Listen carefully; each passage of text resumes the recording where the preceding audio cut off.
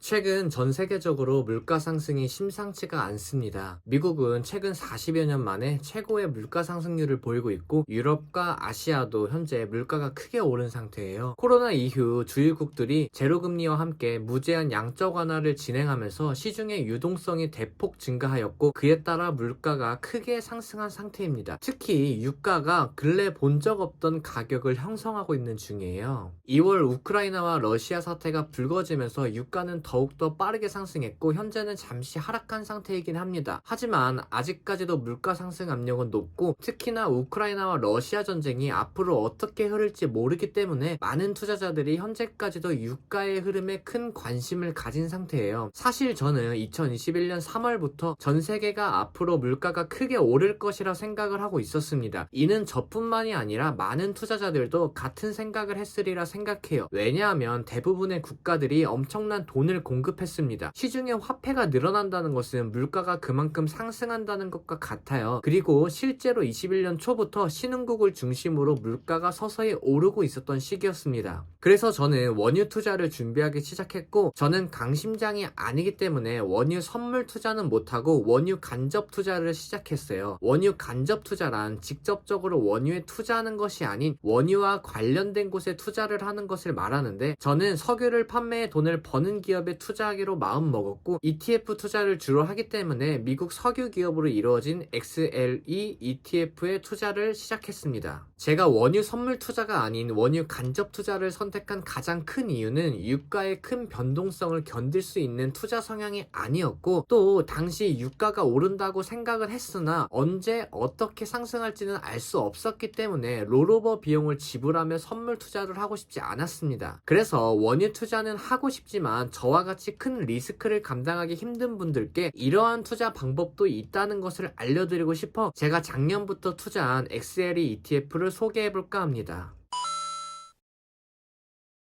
먼저 이 ETF의 기본적인 정보를 빠르게 확인해 볼게요. XLE ETF는 스테이트 스트리트 자산운용사에서 운영하고 있는 ETF이고 운용보수는 0.1%입니다. 자산 규모는 약 377억 달러로 원화로 약 46조 원의 우량한 규모를 가졌어요. 추종지수는 S&P 에너지 섹터로 S&P 500 지수에 상장되어 있는 에너지 기업에만 투자를 하는 ETF입니다. 좀 더 자세한 운용 전략은 이 표와 같은데 다른 건 큰 의미가 없고 석유, 가스 및 소모품 연료, 에너지 장비 및 서비스 산업 기업에 투자하는 ETF인 것만 보시면 될 것 같아요. 상위 10개 기업을 살펴보면 10개 기업이 전체 포트폴리오에서 75% 이상을 차지하고 있습니다. 그리고 가장 큰 비중을 차지하고 있는 기업은 엑슨모빌과 쉐브론이고 이 두 기업이 전체 포트폴리오에서 약 43%의 비중을 차지하고 있는 만큼 두 기업에게 가장 큰 영향을 받을 ETF인 것을 알 수 있어요. 그 뒤로 EOG 리소시스와 코노코필립스, 슐른베르거 등이 포함되어 있습니다.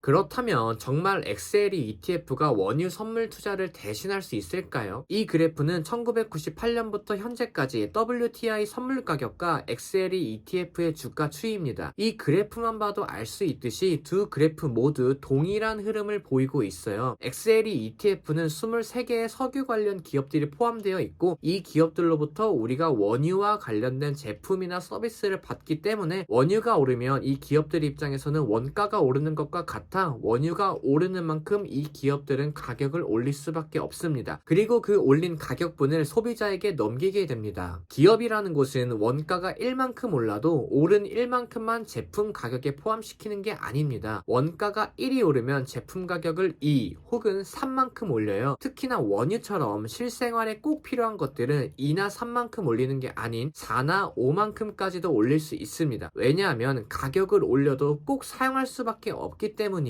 그로 인해 유가가 오르면 석유와 관련된 기업들이 수혜를 받기 때문에 주가가 오르게 되고 그렇게 XLE ETF의 주가도 상승하게 됩니다. 다만 차이가 있다면 변동폭의 차이가 매우 크게 난다는 거예요. 선물 투자라는 건 쉽게 말해 미래를 예측하고 투자하는 행위인데 미래의 가격을 현재 정해서 투자하는 것이기 때문에 그에 따르는 가격 변동폭이 아주 큽니다. 그로 인해 XLE ETF와는 비교도 안 될 만큼 변동성이 높아요. 만약 정말 강한 심장을 가진 분이라면 선물 투자가 수익률이 아주 높기 때문에 원유 선물 투자가 더 잘 맞을 수도 있습니다. 하지만 저와 같이 강심장이 아닌 투자자들은 XLE XLE ETF로 간접 투자를 하는 게 훨씬 더 유리할 거예요. 그렇지만 XLE ETF가 그렇게 안전하지도 않은 게 S&P 500 ETF와 비교하면 XLE ETF의 변동폭 또한 무시하지 못한다는 것을 이 그래프에서 알 수 있습니다. 그래서 개인적으로 XLE ETF 투자는 요즘 같은 시기처럼 물가가 높게 상승하고 유가가 오르는 시기에 투자하는 것을 선호하는 편이에요. 이런 시기가 아니라면 저는 굳이 투자를 하지 않을 겁니다. 정리하면 XLE ETF가 충분히 원유 선물 투자를 대신할 수는 있습니다. 그러나 한 가지 주의해야 될 점이 있다면 XLE ETF는 기업에게 투자하기 때문에 만약 기업에 문제가 생긴다면 유가의 흐름과 다른 방향을 보일 수는 있습니다. 특히나 가장 큰 비중을 차지하고 있는 엑슨모빌과 쉐브론에 문제가 생긴다면 유가와 다른 모습을 보일 수도 있어요. 앞으로의 유가 흐름에 대해 궁금할 수 있을 텐데요. 이 부분은 솔직히 저도 알 수 없어요. 환율을 예측하는 것만큼 어려운 게 유가이기 때문에 저는 알 수가 없습니다. 하지만 저는 그동안 투자했던 XLE ETF를 점차 매도하고 있는 중이에요. 저는 그동안 XLE ETF로 나름의 기대 이상의 수익을 얻었기 때문에 더 이상 원유 투자는 진행하지 않을 겁니다. 그렇다고 유가가 앞으로 하락한다는 의견을 드리는 건 아니에요. 저의 목표치만큼 수익을 얻었기 때문에 저는 이제 매도를 하는 것 뿐입니다. 만약 추후에 여러 상황들로 유가가 크게 오를 것 같은 모습이 보이고 저와 같이 강심장 투자자가 아니라면 XLE ETF로 원유에 간접 투자하는 것도 하나의 좋은 방법이 될 수 있다는 점을 오늘 알려드리고 싶었습니다. 오늘의 영상도 도움이 됐고 앞으로의 영상도 기대가 된다면 구독과